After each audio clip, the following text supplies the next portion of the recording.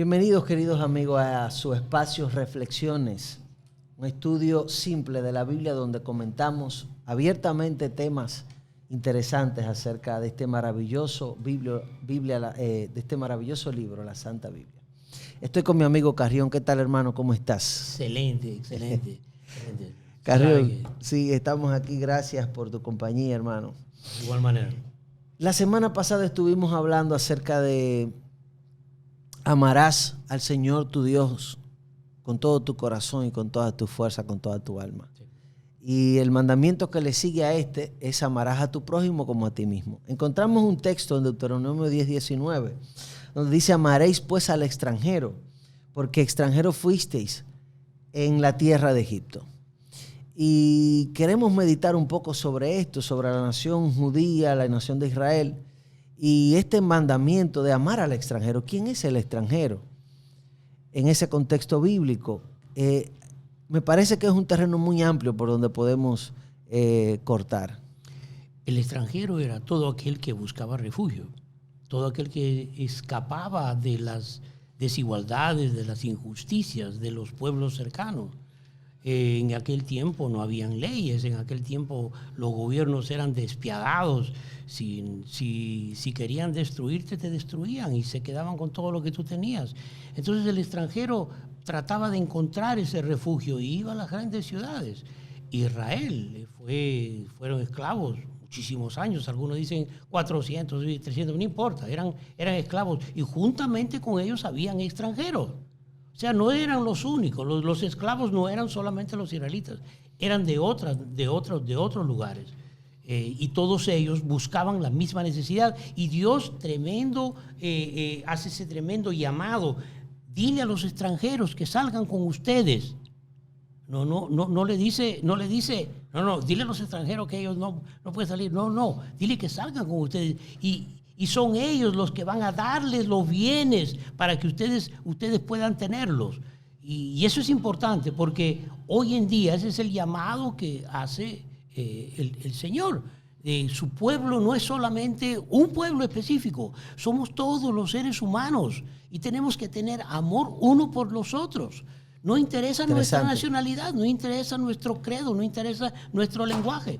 Es interesante ver cómo Dios en toda la Biblia se preocupa por los extranjeros, por nuestros próximos. Por ejemplo, nosotros tenemos el mandamiento del sábado.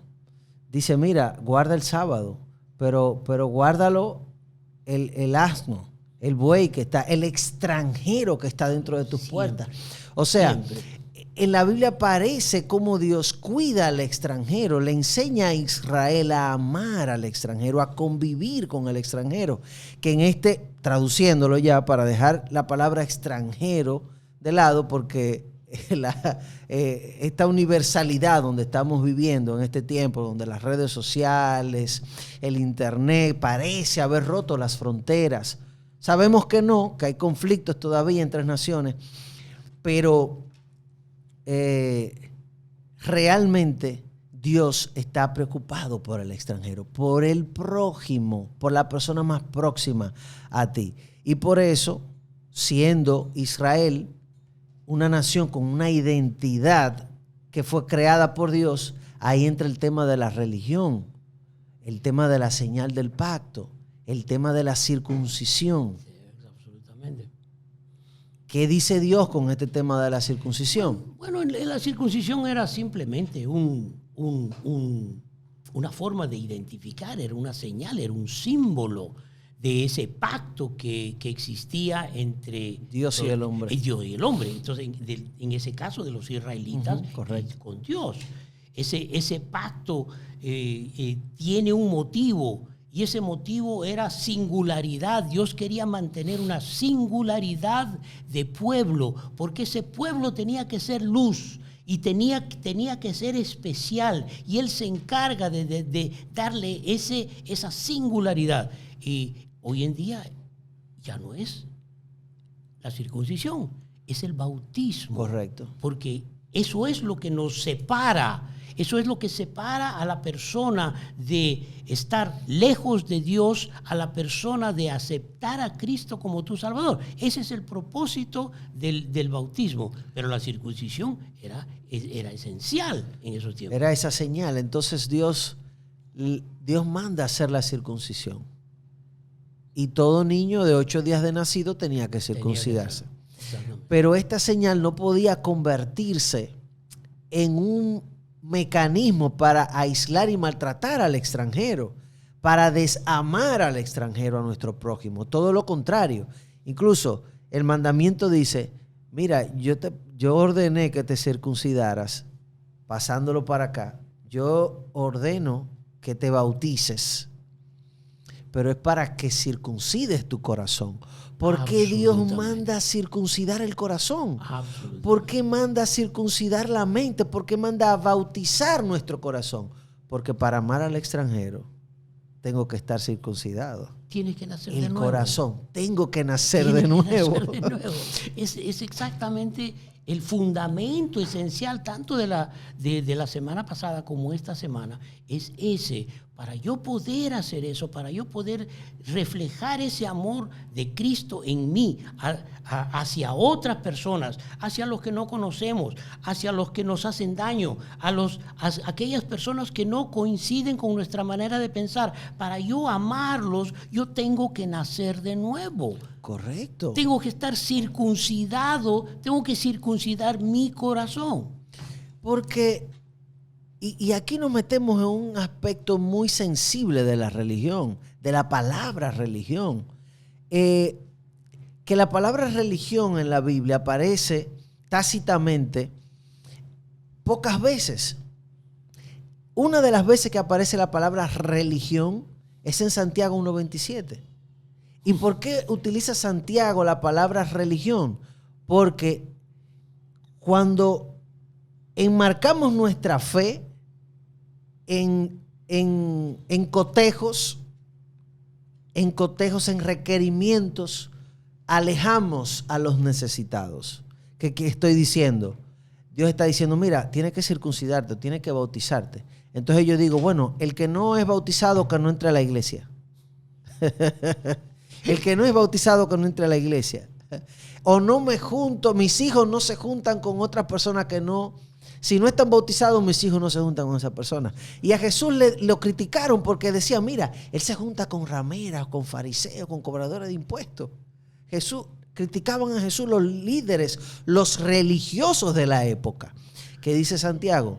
Mira, tú conoces cuál es la religión pura. La religión pura y sin mácula delante de Dios. La que visita a los enfermos. Absolutamente. La que ayuda al prójimo, la que ama al extranjero, Deuteronomio, la que ayuda y ama al prójimo. Amarás a tu prójimo como a ti mismo. Mira que es interesante. El libro de Gálatas, nosotros no nos damos cuenta, pero el libro de Gálatas tiene mucho que ver con los franceses, con Francia. Pablo estuvo en Francia y le estaba predicando a los franceses, a los Gálatas.